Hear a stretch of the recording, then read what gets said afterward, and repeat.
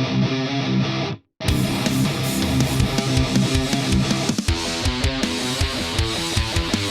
right, welcome back in, everyone, to the Lucky Shots podcast. Corbet back with us today.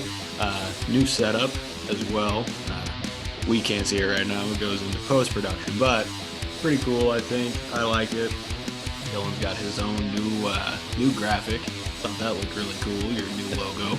Appreciate it. Yeah, Joey, my guy, he's just he's getting in his bag with this thing. You know, he just keeps I throw him new projects, he throws me new projects, and they just keep getting better and better. So yeah, shout out to him. Oh yeah, it looks real good. So today we're gonna cover more of free agency. It's been pretty quiet as of late, and by as of late I mean the past few days. I mean, it went absolutely nuts for the first few weeks. So we'll hop into that. And then at the end of the show, of course, we will have the Lucky Shots team builder for Dylan to start his team as well. So let's start out with the Browns. Obviously, the biggest signing news, Deshaun Watson going over there. It's I believe, a 5-year, $230 million, fully guaranteed contract. Jesus Christ. Oh yeah. Oh yeah. I mean, you got to figure, yes, Deshaun Watson, everybody thinks he's still a great quarterback, which he may be. I don't know. You take a full year off of football for all of this shit. Who knows what you're going to come back looking like. But plus the whole mess that is still attached to him. I don't know if, one, he's worth all of that, and two, if he even deserves all of that. Agreed on both fronts. The Browns have shown with two different scenarios, obviously, but when they signed Kareem Hunt after his incident, where we had videotape of that, so they like biting the bullet. I just saw literally before we hopped on, New York Times is reporting that 7 attorney generals are kind of calling on the NFL to address not just the Washington Commanders now with their kind of issues of, real demoralizing workplace for minorities, but now it's spreading to other teams. So, it's just the NFL is the boys club. We know that. So it wasn't surprising. It's just kind of sickening that I'm just glad wasn't going to the Falcons, which I was almost saying my team, but now my team's kind of the Colts, Matt Ryan. Like Browns fans, he's going to be good, but you're kind of sacrificing your morals when you're going to be rooting for his touchdowns. Right. Somebody joining him there, Amari Cooper. I don't know. Amari Cooper was pretty decent last year. He's been pretty all right with the Cowboys. Now going to the Browns, they possibly don't have Jarvis Landry. Still not any full news on what the hell is going to happen with him. So now if you look at the Browns, you got Deshaun Watson, Amari Cooper, no Austin Hooper anymore either. David Njoku's looking to be the guy. And then, of course, your two running backs. Does this team look much different, honestly, going into next season? Well, what I was just thinking about is you're going to be dealing with the Bengals and then the Jekyll and Hyde Ravens. I don't believe in Trubisky and the Steelers. I mean, I shouldn't say that. They're going to be in the mix, right? Because of that defense and because of Mike Tomlin. So Watson, the only guy he had was DeAndre Hopkins, and that was, DeAndre Hopkins greater than Amari Cooper. Amari Cooper's now on his third team that basically said, hey, you're not good enough to be a number one. Now he is the number one, and the number two is Donovan Peoples-Jones. Yeah. I think there still have to be some question marks, and I can't not say that I'm not rooting for this team. I will for sure. Sorry, I think I misspoke. I am rooting against this team because of Deshaun Watson, so I hope this blows up in their face. I could see it going both ways. Here's going to be the hot take from me. If you look at the Packers over the past few years, it's been Aaron Rodgers and Devontae Adams. That's pretty much been the Green Bay Packers offense. You got a decent couple running backs as well. You have a decent tight end. Defense, good enough to win you games. It's pretty much what the Browns look like. Yeah. You've got, obviously Amari Cooper is not Devontae Adams, and Deshaun Watson is not Aaron Rodgers, but you've got two running backs that are greater than the Green Bay running backs. You got a tight end who, in my opinion, honestly, isn't any worse than, or any better or worse than Robert Tonyan. Yeah. I mean, and this defense is just as good or better than the Green Bay defense. So I think it'll be interesting to see. And as far as that division goes, I think the Steelers are in the top two. Yeah, no, as soon as I said it, I was like, wait a second. They're gonna if they did it with Big Ben, that they could do it with Trubisky. If they did it with Mason Rudolph, they could do it with Trubisky. And I mean, they've got plenty of young weapons on that offense as well. You've got Claypool, Deontay Johnson, Najee Harris, who turned out to be really good and a receiving factor last year. Yep. And who can forget about the Muth? So yes, of course. Yeah. I think the Steelers are going to be all right. But I still think it's probably the Bengals division to lose, but it's one of those divisions that it's probably going to be really close throughout the entirety of the season. And it could be one of those things where the Bengals, because, they're all of a sudden going to be drafting towards the end of the first round, and a team that kind of accelerated their growth now is not going to be able to plug a hole, so to speak, with, a middle or top first round pick. So again, you see so many worst to first to worst in the NFL. It's a tale of two seasons. So yeah, I think that division's wide open. Yeah. Let's move on into we'll go into my AFC West for a second, because speaking of Davante Adams, he is no longer a weapon of Aaron Rodgers. He's moving on to the Raiders, which apparently is his childhood dream come true or something like that. Again, not super sure on the statistics when I was looking at all the contracts. Some of them had their old contracts mixed in. I get confused with all those number things. What I saw was 5 years for 140 mil, 65 ish guaranteed. The AFC West just couldn't, stop and not stack every team. I mean, Derek Carr is all right, but if you give him a weapon like Davante Adams, he's already got Hunter Renfrow, Darren Waller. I mean, dear Lord, I don't even know what to think of the AFC right now. Honestly, we'll get to the Chiefs in a second, but I think the Chiefs could fall all the way down to last place in this division. It's crazy. The Raiders, this is a playoff team that got exponentially better. I don't know, the head coach. I don't know what he's going to do, right? You had a rookie head coach last year. You're going to have another one this year. Derek Carr and Davante Adams link up since they broke, single season collegiate records at Fresno State together. So that was kind of cool. I was like, oh yeah, wait a second. Those two played at Fresno.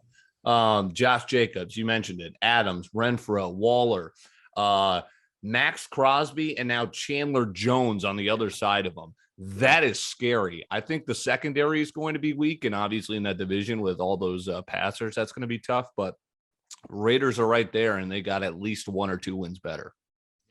And I'll get to what I think the whole AFC West is going to look like once we get to the Chiefs. But before we get to the Chiefs, we got to get to the Dolphins. Not only has this team been one of the most spend heavy, they also have Tyreek Hill now. Yep. 4 years, 120 mil, 72 guaranteed. I don't know. Again, fact check me, but that's what it looked like. Holy shit. Yeah. That was just kind of an out of the blue. Didn't really see that one coming until like a couple hours before it happened. Yeah. And they pick up Cedric Wilson. They pick up Raheem Mostert. They pick up Chase Edmonds. The future is looking fairly bright for Tua. I saw Tyreek Hill possibly said this. He said going from Patrick Mahomes to Tua is like going from a Lambo to a 2001 Honda Civic. So probably true. That's my main question is how the hell is Tua going to throw it to him deep? Tyreek's going to outrun every single one of these throws and be like, dude, what the heck? But you can obviously use him in the screen game, and you're going to be able to pair him up with Waddle. That's going to be dangerous. Yeah, the Dolphins love an opportunity to, screw this up. Stephen Ross is obviously, people do not think highly of him as an owner. He botched the whole Brian Flores thing. He was trying to get Jim Harbaugh, and then he wasn't. Now they get the guy from San Francisco, who I like. He's a great kind of press conference guy. I think Mike McDonald, or his name. I could be wrong on that, but let's see how he does. He's an offensive line guy, so obviously he's retooling the offense. Let's see how the defense, which has been great under Brian Flores, if they have a relapse or not when they put an offensive guy under the headset. Yeah, I think everything is setting up for this offense, Tua, to really have their breakout of a season. But definitely for Tyreek Hill as a player, if we're looking at fantasy value, his stock drops exponentially. It goes from a first round guy to he's still pretty good. So maybe third, fourth round, but yeah, you have to consider everybody else before him now. And that's going to be odd because I'm a guy who's had Tyreek Hill the past 2 years on my fantasy teams. Right. So it's going to be weird. And what's crazy is you saw it, like we didn't see any of this coming with the receiver market, let alone, star receivers wanting to leave or Christian Kirk getting all that money. The money that was going to receivers and running backs is gone from running backs. And now it's like 40% increase what wide receivers are getting paid now. Like the value there is shifted to the wide receiver position, which is crazy. And that's why Tyreek Hill sees this. Devontae Adams says, wait a second, I'm going to go be the richest receiver by forcing a trade. So we'll see if greener pastures works out for him, but those guys went and got their money. And we will skip over the Chiefs and get back to them because, as you mentioned, the guy who set off all of this pretty much for the wide receiver market was Christian Kirk. The Jaguars, they paid the "we suck" tax and paid him a shitload of money. And I don't remember who it was we talked about on the last show who got paid. It was Mike Williams who got paid quite a bit, and we didn't understand why. This makes even less sense. Christian Kirk, about a 4-year, $72 million with 37 guaranteed. And what doesn't make sense to me is for the Jaguars, he was the one to set it off. You look at some of the guys on this list: Devontae Adams, Tyreek Hill, like Amari Cooper, even. You passed on all of those guys for Christian Kirk? I don't even think they knew they were available. Speaking of terrible owners, the Khan family. I mean, what the hell? The Khan family is like, I keep hearing, they hire Urban, they're getting Trevor Lawrence. I'm hearing interviews with Shad Khan's, like the billionaire mogul who's got like the super yacht. His son is the guy who created AWE, all elite wrestling. Yeah. Tony Speaking Khan. of, Cody Rhodes came back to the WWE. I don't really watch a whole lot of wrestling anymore, but holy shit, he blew the fucking roof off the place. We'll get to Pat McAfee in a bit. Yeah, WrestleMania might be back. Wrestling might be back in general. But yeah, Tony Khan was like, he was like, Urban Meyer is just a leader of men. And then it's just like, wait a second. And you see all the shit that goes down with Urban. It's like, wait, how stupid are you that you fell for the Urban Meyer bullshit? Yeah, Jaguars are stupid. I think the Christian Kirk deal is terrible. I do, but as you said, it's the team with the most cap space, and they have to use it, right? They have to act like they're not tanking. New coach is going to want to do something. I can't believe it's Doug Peterson. That's another dumbass coaching hire. I do like the Brandon Scherf signing to shore up that offensive line. So they did. Obviously, they had the most money. That's a good positional signing. Chris Kirk. I mean, come on. Trevor Lawrence didn't even look great. Now you're giving him Christian Kirk. We'll see. What do we expect from the offense? I mean, you've got Christian Kirk now, Zay Jones, and Evan Ingram. Those are kind of the big offensive weapon signings. You've got Travis Etienne, who should actually play this year. Right. Still the question of what the hell are you going to do with James Robinson because of having Travis Etienne? Who else do they have on that? I mean, just that offense is. How could you forget Laquan Treadwell? Yeah. Yeah, no, I don't think they're going to be good. Evan Ingram is. I mean, I thought that dude was going to take over the tight end position. He's been a total bust. But he's played for two terrible organizations. So yeah, I don't see much out of the Jaguars, and obviously, I hope the Colts steamroll that division. Yeah, yeah. We will finish off with the Colts. Let's get to the Chiefs real quick because I'm still just sitting here shocked, and it's been weeks since Tyreek Hill left. They've picked up Juju Smith-Schuster. Honestly, I think that's a decent fit for that offense. I think that'll be all right. They got the Walmart version of Tyreek Hill and went out and got MVS. Yes. So still have that deep threat guy, I guess. I don't know, but it looks like it's going to be the Travis Kelce show with supporting roles of those few guys. What do we think of the Chiefs now? I mean, I get it's just one player. You still have Patrick Mahomes. You still have Travis Kelce. But I mean, Tyreek Hill was, I dare to say, 50% of that offense. The other 50% was Travis Kelce. So what do we see for this team this season? It's excuse me, it's very hard to win even more than one Super Bowl. Like, I don't want to say the dynasty is falling, but like the team that everyone thought was going to be a dynasty is falling. Like, we knew you were going to have to pay everyone eventually. Tyreek Hill, the odd man out, he goes and enjoys South Beach instead of Kansas City, Missouri. But this offense, you go from, Juju Smith-Schuster. Can he be your one? Didn't work out in Pittsburgh. Can he be your one in Kansas City? Can MVS be your two? Well, if you have Aaron Rodgers as your quarterback, Mahomes is a pretty good secondary guy. But then you're getting into McCole Hardman, who, of course, they have I think they'll be all right, but you're seeing some holes definitely in the offense on top of the holes that everybody already saw on the defense. Yeah. So bold prediction for this AFC West this season. I think 3 teams are going to make it to the playoffs, the way that the playoffs are set up now. And one of those is not going to be the Chiefs. I think the Chargers win the division. I think the Broncos are that second place team. And I think the Raiders, with all of their defensive additions, obviously getting Devontae Adams now, I think they roll in pretty close to where the Broncos are. And I think those three teams make it into the playoffs, kind of like the NFC West we see quite a bit happen yearly. Here's my only thing with that is coaching. Like, you've got Andy Reid, and then you've got Brandon Staley as the second highest tenured guy, and he's in his second year.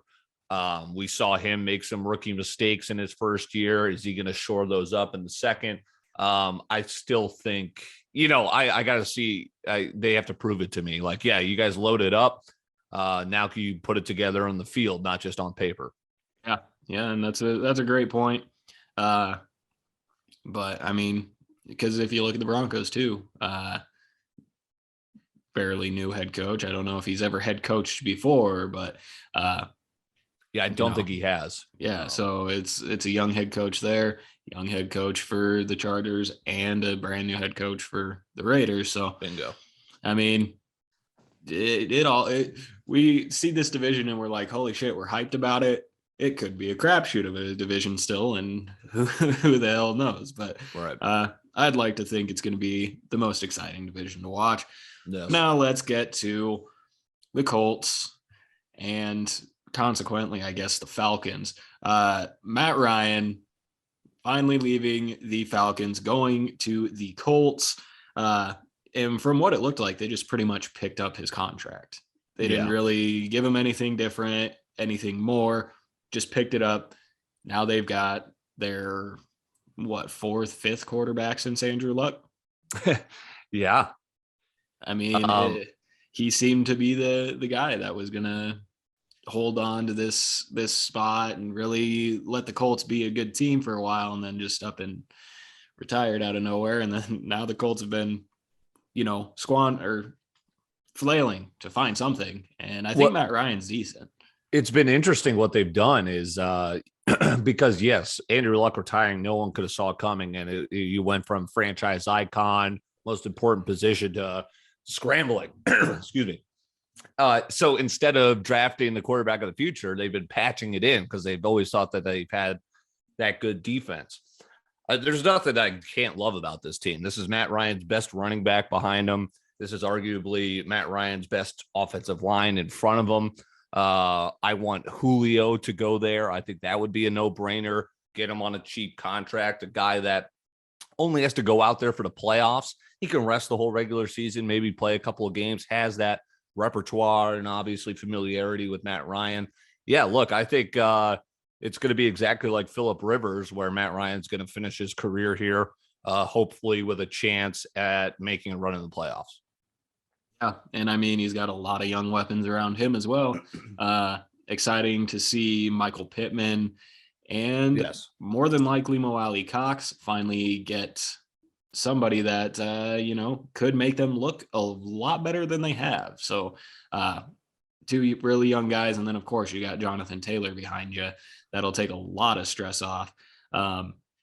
Colts could be, better than they were last year. I mean, and I love this defense too. Like, look at his line: Kwity Paye in his second year, DeForest Buckner, Ngakoue, Darius Leonard, one of the best linebackers out there.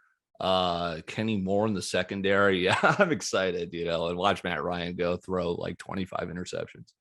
Consequently, your Falcons, who'd they go get? Marcus Mariota. Yes, Mariota, a savior. Hey, reunite him with Arthur Smith. Good God, that team. They fumbled the bag. They completely, they'll get a chance to, retire Matt Ryan's number and everything, but they treated the most class guy, arguably one of the most class guys in the NFL, and especially for the city of Atlanta. They treated him like crap on the way out just because they wanted, and good God, flirting with Deshaun Watson to do so. And then then they end up with Marcus Mariota. I mean, they deserve to be winless. Good God. I loved my time as a Falcons fan, but I had never been so quick to fucking just sever every allegiance I had with that franchise. Well, Broncos will take you. We'll take you. Yeah. Do you think that the Falcons draft a quarterback? I'm not sure where they pick in the draft, but I'm sure there will be one of those top guys sitting up there at that time. I think the plan is Mariota for this year and get to the better quarterback class next year, because I think they are relatively high where it's like you would be better off using someone else. Let's see here. Rounds. Yeah, the Falcons are drafting number 8. So is that going to be like, who's going to take a quarterback in front of them? Is it the Giants? Is it the Panthers? Lions? I think a lot could happen. I don't think quarterback's on their radar. Gotcha. All right. So wrap it up with a few other guys who haven't been signed. Still big names we're waiting on throughout the rest of the NFL. Baker Mayfield, obviously looking for a new home after Deshaun Watson gets signed to the Browns, along with Jimmy Garoppolo at that quarterback position. Do we see them moving? Where do we see them moving? As in the case of Jimmy Garoppolo, I don't think he's going anywhere. I think he's going to stay in San Francisco and hold back Trey Lance from finally hitting the field, because why would we put Trey Lance out there when we have Jimmy Garoppolo? I don't know. Right. Yeah, I thought Jimmy G was going to be on the move, one of those guys to be on the move, and now you just look around and it's like, what spots are left? Yep. So I think I just think there isn't a trade partner for him anymore. So Shanahan, I think, would love to get rid of him, but it's just not worth the squeeze right now. Yeah, and Baker Mayfield. What team is he going to go back up? That's pretty much on. No, he's going to be Josh Rosen. He's going to be Trubisky, but he may have the chance to be Trubisky and Tannehill, where he takes a backup job and then works his way back into a starting role. We'll see. Honestly, I don't think Baker's terrible. I think he just had especially in like the contract year, had a terrible out of it. I mean, the guy's tough as hell. He had to play through all of that injury this year. I mean, not an excuse, but I think he's still decent. He just needs to find a home and build his self back up, like Ryan Tannehill, you kind of said. I think he got screwed though. Sorry, just because he had Freddie Kitchens when it all started. Like he's had 4 different offensive coordinators now. This is going to be 5, and guy who's already dealing against the elements as being a little bit shorter in the NFL, where you need to be tall, small hand size. I hope it works out for him because he's a hard worker, but yeah, I don't know if it will. We'll see. I agree with you though. He was playing without a shoulder the entire year. That's why he was terrible. I mean, it's a tale of 2 different stories. You go from Johnny Manziel, who is a class act on how to be a piece of shit, and then Baker Mayfield, who's honestly pretty decent.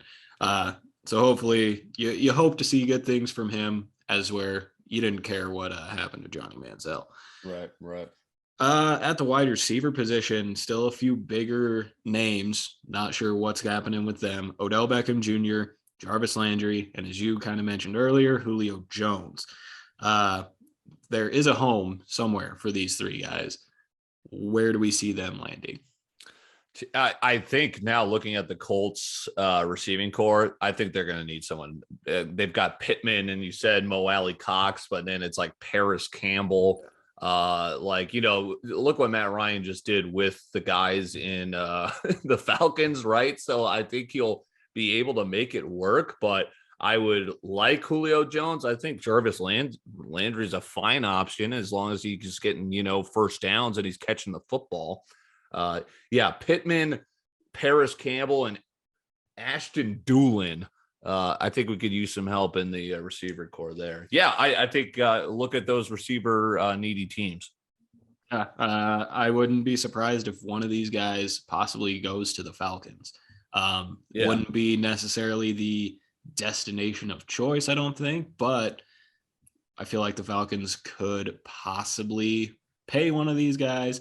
And who knows if any of these guys think, hey, there could be a rookie quarterback there this season or next. That could be an enticing thought as well. I hate to say it, but I think Odell is the best receiver on the board as of now. So possibly the best team would be the Colts to get him. But we'll see. There's still a lot of off season left, and it's felt extremely boring just because of how it started. So I'm checking Twitter every day, and I'm like, oh, offensive lineman. Oh, another guy that I don't even know his name. So that's a thing. And then just weird trade that happened not too long ago, a couple days ago, maybe. The Eagles and the Saints just trading a shitload of draft picks back and forth. The Eagles receive the 18th pick this season, a 3rd rounder, a 7th rounder, 1st rounder next year, and a 2nd rounder in 2024. And the Saints receive 2 first-round picks and a 6th round pick. Okay. Yes. I don't know what all of that means. Does that possibly mean that the Saints are going to try to go for a quarterback? I mean, they're a little late, kind of in the middle of that 1st round, but I am not sure why you'd go trade for 2 first-round picks unless one of those you're looking at a quarterback. What a bizarre trade. And then if you are looking for a quarterback, first of all, you fumbled the bag too, looking for Watson. You say Tatum Hill's a quarterback. Now he's only a tight end. You get Jameis Winston back. Yeah. If you were quarterback needy, wouldn't you want the better quarterback class and not trade away next year's 1st round pick for the 18th in this year's draft? Made no sense to me. I guess I still have a little Saints hatred in me from my Falcons tenure. I thought it was a dumb trade by the Saints. Just made no sense. But I guess that's what people are thinking is, all right, so you must really like Malik Willis or something. Or, they could go get a couple of – there's a lot of good wide receivers in this draft class. It's been pretty wide receiver heavy the past few years. Maybe they're trying to go get some weapons because they do believe in Jameis Winston. Who knows?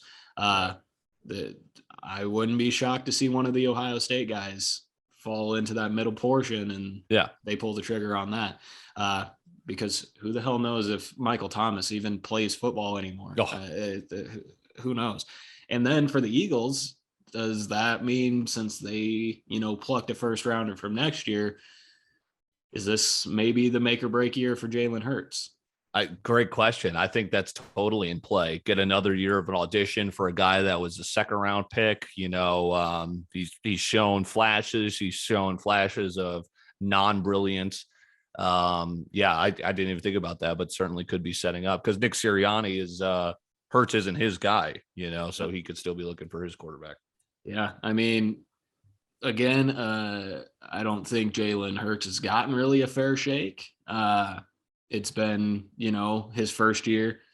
They only every once in a while brought him out, then gave him the reins kind of at the end of the season when they were in shutdown mode anyway.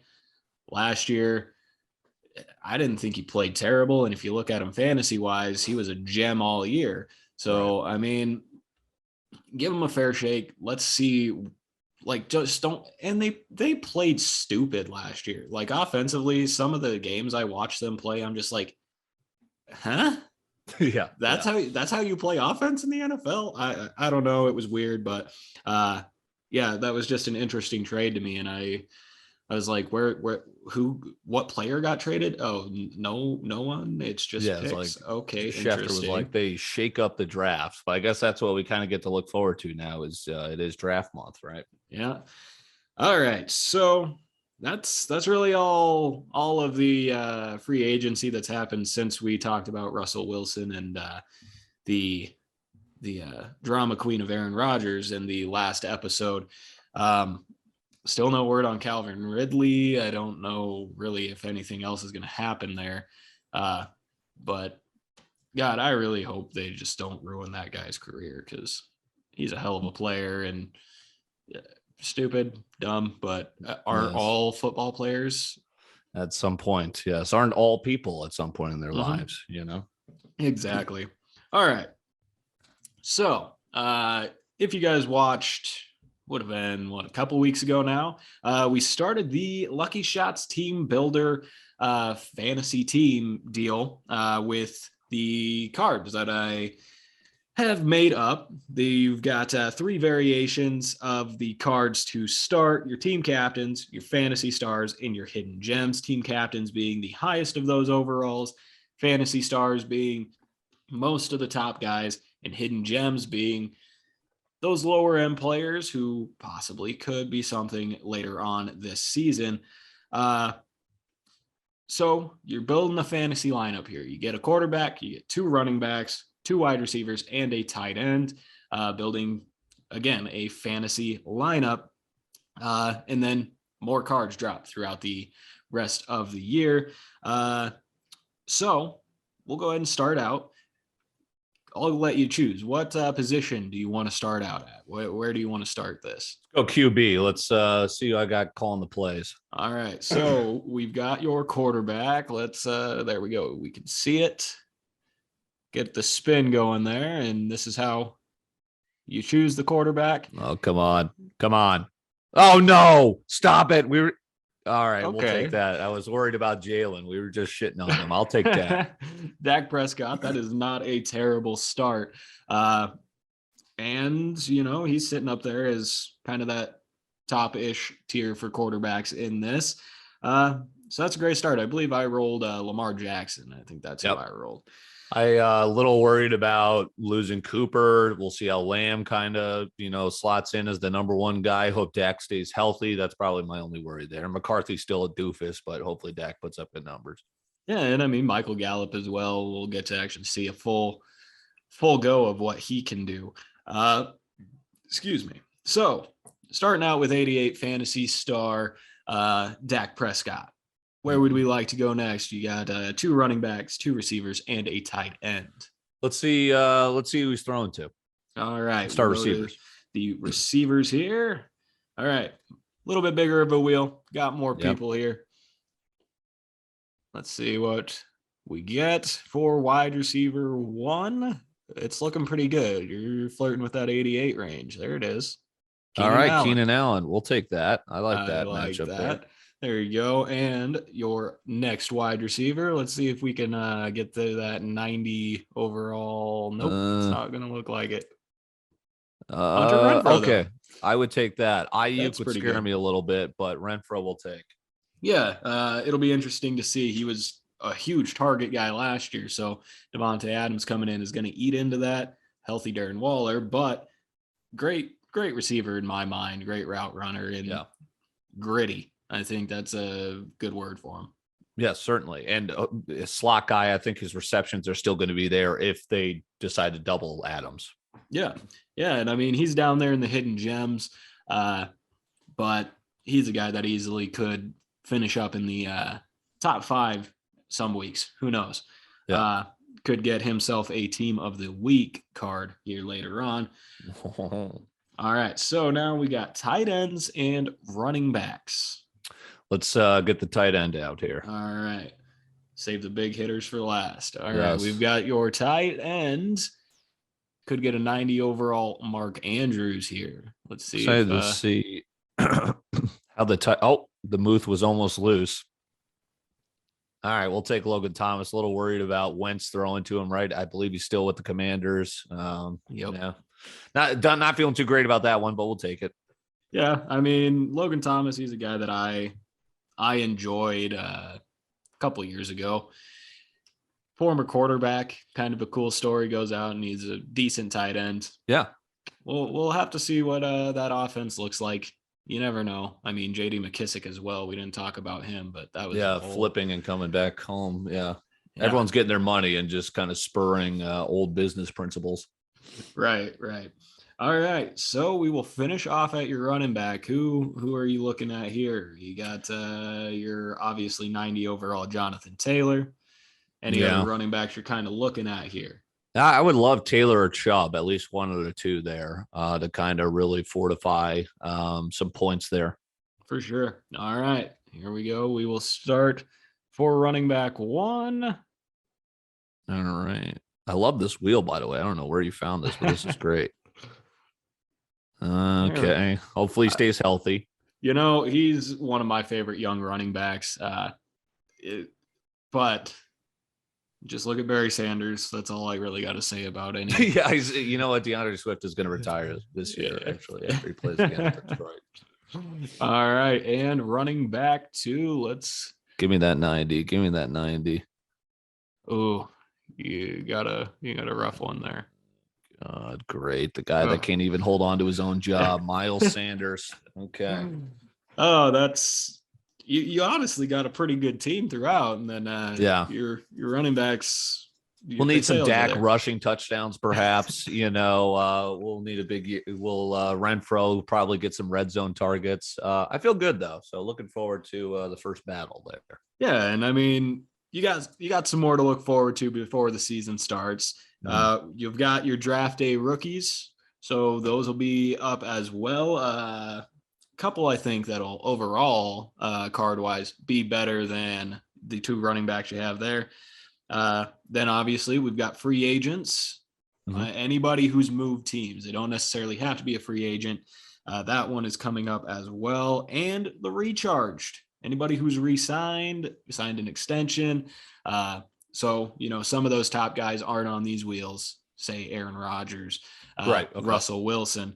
So they'll be on these later wheels. So there's still plenty of time before the season starts to mix and match. And match, get yourself a little higher up on that overall. And then throughout the year, we will have those team of the week guys.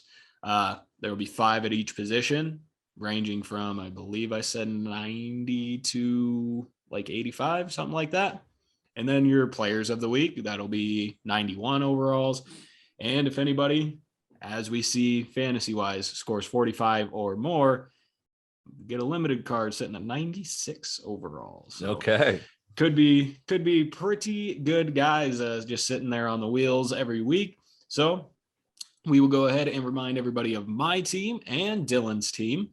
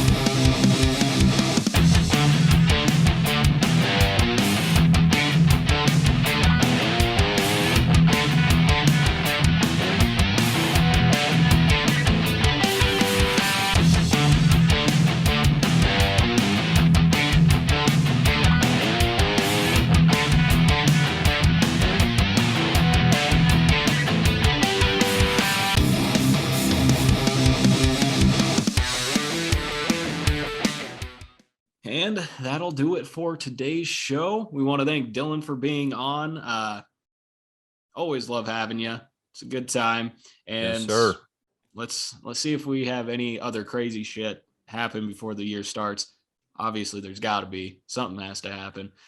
Yeah, I think looking forward to kind of monitoring throughout the course as we get into baseball season and then obviously football season. We'll probably talk maybe before or after draft because then we'll get a better idea of who's coming in to the league. Yeah, and then we'll have to see where we think everybody sits, because yep, that's always the big question. Who's gonna win divisions? Who's gonna be in the playoffs? So we'll get to that as well. But as for today, that's it. Thanks for joining. And if anybody wants to start their own team builder, go hit me up on Twitter, subscribe to the page, and get your team built. Thanks for joining, everyone. We'll see you next time.